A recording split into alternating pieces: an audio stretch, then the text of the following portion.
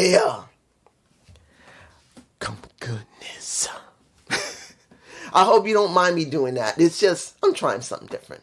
I'm trying to have fun with this because you got to understand, I've done more than 2,600. Let me repeat that again. At least 2,600 videos. I believe either 2,580 to nearly 2,600 videos, I think. I don't even remember how many videos I got. You can check on the, I think the channel would show you how many videos has been produced. I believe it's nearly 2,600. I don't think it's 27, 28, and 29. I think it's 2,600. I've been doing this for years. One guy actually, who just left me a comment, said, dude, I remember you. I saw you over a decade ago. You still doing it? I said, yeah. Hope you're doing well. And he just saw Genesis. I hope he enjoyed it. And I hope you enjoyed this video. I am mentioning you. I don't remember your name. I'm sorry. I've always been bad with names. If you remember me back then, I didn't remember things very well. And I still don't remember. It's just, I'm a little more flamboyant. Because if you remember me a decade ago, I was like, and I was just not flexible back then. I was always scared and nervous. And don't get me wrong, I still having depression, anxiety. I still get scared and nervous. But this is not about that. This is about Isla Dawn. Isla Dawn has been released. And let's make this very clear. What do we really get with Isla Dawn? She worked well with Alba Fire. She had this magical witch type of thing. And they went away from that eventually and let Isla Dawn and Alba Fire fight each other and then made them into a tag team and then allowed Alba Fire, along with Isla Dawn, to get the tag titles after I believe a mother was killed in a car crash, which is horrible. I still, my heart goes out to Isla Dawn. That had to hurt so bad. Her mom came probably from Ireland, came to America, came to visit, and then dies. That will break anyone's heart. And she still wrestled. That is not easy to do. I don't care what you think. If you don't like Alba Fire or Isla Dawn, I'm sure they both were emotional because Alba Fire was hurting because her mom was gone. Isla Dawn, who's been a friend, I'm sure, had to be there for her and see her crying and what hurt her. I'm glad they had each other. But now they're separate. And now Isla Dawn is by herself. What is she going to do? This is a big question. And to be honest, this is kind of a hard one. Kind of like with Blair Davenport. Look, they're both UK wrestlers. They both are. And the key here is this. Where would be the best place for them to go? Where? When you go through the entire thing, you already have several women in AEW. You got, Saraya. You already have Toni Storm. You already have Mariah May. You already have Harley Cameron. You already have Jamie Hayter. I know there's someone else. I'm blanking on someone extra. I know it. It is someone else that's from the UK that's there. That's a female. I just don't remember. I'm blanking. But there might be one more. But then you got Blair Davenport. That's going to probably try to get into AEW. And now you got Isla Dawn who's going to try and get into AEW. That's going to be a lot of British wrestlers, which is fine. There's nothing wrong with that. But then you're like, was that the wisest thing to do? Is it the wisest thing to do for them to be there? That's Blair Davenport and Isla Dawn. To be honest, no. Easiest would be that Isla Dawn would go back on the indies for maybe a year.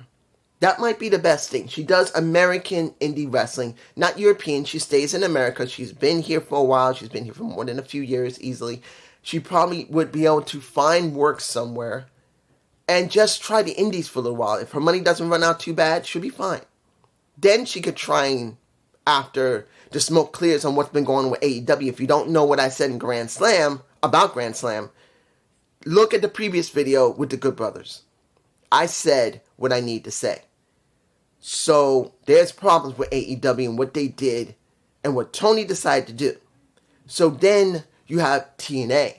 And this is the reason why I believe Isla Dawn should do the indies for a year, because TNA has just, I believe, either made a monumental mistake or probably a benefit. We don't know yet. The original, just to recap, the original president that took over for Scott D'Amore is gone.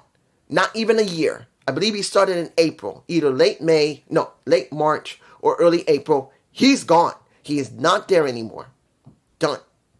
Now we get one guy. We don't know what position he is. He was originally director of ROH. He's going to be there. He probably understands the ins and outs of ROH, so he can contribute. Then you get three other people. You get the one who's the new president. I believe his name is Carlos Silva. I believe he's the new president. He's worked many, many years in network television. Then we got two other executives who've also worked in network television, either CBS, ABC, ABC Plus, maybe Sports Network, or maybe ESPN. It don't make a difference. This is what we got. We have no idea if all three of them even understand anything about pro wrestling. We don't know if they're fans of pro wrestling. And can they adapt? I've said it before and I'll say it again. We had a one-of-a-kind in Eric Bischoff. There's no guarantee that we're going to have executives who will be like Eric, who was able to adapt quickly. Now, Eric was very young when he started. We're talking about people who worked 20 or 30 years in network TV. I don't know if they can adapt quickly enough to be able to deal with that. So there's a very strong chance their asses are going to be gone within a year again, like the one that just left now. But this is just my point of view. But if Isla Dawn goes to TNA, like maybe Blair Davenport, could they be booked, or could she be booked right? Yeah, you got Zaya Brookside already there. So she would not be the only European wrestler there. There would be no problem with that. That would be cool.